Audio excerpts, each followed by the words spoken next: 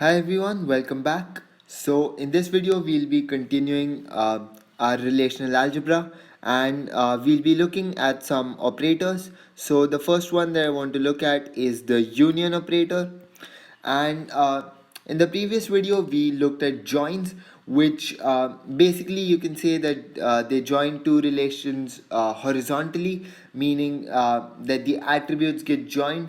And what the union operator does is basically it just joins the two relations vertically, meaning that the number of tuples in the resultant relation is going to be equal to the sum of tuples in the operand relations. That's what it means. So let's say we had something like a student relation in the previous video with the ID, the name, and the gender, and another one we had was a professor relation with again an ID, a name, and a gender. Uh, the way we represent the union operator is how we do it in mathematics as well. So what I can do is I can say student union uh, professor. And this is actually incorrect, and I'll tell you why this is incorrect. Because when we want to do a union of two relations, the schema for those relations needs to be the exact same thing. And actually, this one is not the gender, it's the office, if you remember correctly. So the schema of these two is different, so we can't actually join these two vertically, because imagine doing it vertically, we need to have some headings for these attributes, and the attributes here do not match the attributes right here, so we can't reduce it to three attributes only. However, let's say we want the IDs and names of all students and professors, and in when we last did the student and professor relations, we actually had an S name here and a P name here. But in this case, we are not going to have that. Let's say we just have this is name, this is also a name, and this is not SID and PID. Again, this is just ID right here. And this one is still gender and office. We can't change that. So a valid union would be something like this. I project ID comma name from student, and then take its union with a projection of ID and name from professor. So this one right here is correct, because the schema right here matches the schema right here. The schema of those two relations is the same. So we can actually take their union, and this entire query would give me the names and IDs of all the students and professors in my college. That's what it does. So similar to the union is the intersect operator. So we have the intersect operator as well, and once again the schema needs to be the same for these two, and it'll just this time it'll just give me the common ones from them. So let's say I have something like a student relation which has let's say a student ID and a name, and I have, let's say, uh, a relation which has the ID and a sports team, let's say. So this table right here has the names of the IDs of all students who are part of some sports team in the college. And actually, let's just assume that this table right here is the students who are in, let's say, the drama club. So what I can do now is say that if I want students who are part of some sports team, so they are here as well, and they do drama as well, and I only want those students who do both of them. So what I can do is I can just say drama, intersect sports teams, sports. So I can do this intersection only because the schema here is the same as the schema here. Actually, even this will have to be the same. So let's say this is just name again. So this is ID and names of all students who are in the drama club, and this is ID and names of all students who are in the in some sports team. So I can take an intersection here, and I think intersects are pretty clear to you because we've all seen these operators in mathematics as well. And the third operator that I want to talk about is the difference operator. So I have the difference operator,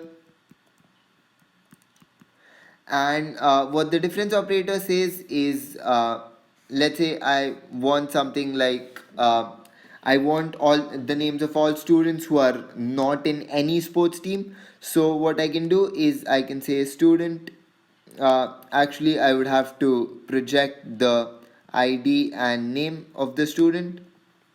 So because the schema that I took right here only has the ID and name and not the gender which we had in our student relation.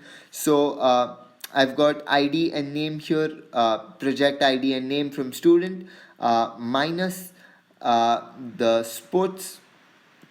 So now this entire thing right here gives me the names and the IDs and names of students who are not in any sports club, and I didn't have to project anything from the sports relation because it only has ID and name attributes, so it's alright to do this difference right here. And one thing that I want to discuss at this point is that the intersect operator that we discussed, it doesn't really add any expressive power, so it just makes some queries simpler to write, but we can always do something like this, e1 intersect e2. We can always write this as equal to something like this, which is e1 minus e1 minus e2. So we can always do that, and this actually comes out to be equal to the natural join of E1 and E2. So that's because when we do the natural join, it actually checks all the attributes which have the same name. So because we've already asserted that when we do an intersection, the schema needs to be the same for E1 and E2. So if we do a natural join of two relations with the same schema, it's going to say that when I do, let's say, a natural join of this table with this table right here, if I try to do a natural join of these two, it's just going to say that the ID here needs to be equal to the ID here, and the name here needs to be equal to the name here. So basically we'll just get the tuples which are common to this and this. So for example, let's say I have something like this table right here which has ID and name, and I have A1 and the name is, let's say, A. I have A2, the name being B, and I have A3, the name being C. And let's say the second one that I have is ID and name, and here I just have A2 which is B and A3 which is the name is C. So what happens if I do the natural join of these two? It says the ID here needs to be equal to the ID here. So for the first one, A1 doesn't have any ID A1 in the second relation right here, and because it doesn't, it says I can't put A1 in the resultant relation. So when I do the natural join of these two, it's again for A2 it checks whether there's an ID A2 in this second relation, and yes there is, so it puts A2 in the relation and the name is B, and similarly it will also put A3 in the relation and the name for that is C. So that's how it's going to do it. And even if I had something like, let's say, A2 and D here, this won't get added to my resultant relation, because when we do a natural join, it'll first check for, let's say, the ID A2. Is there an ID A2 in the second table? Yes there is, there's actually two of them, this one and this one. And then it also checks whether the name is equal, so it checks is the name B, and here it is, so it adds this one to my resultant relation, but here the name is D, which is not equal to B, so it says I cannot add this to the resultant relation, so it doesn't do this. So that's how the intersect operator and the natural join just comes out to be the same.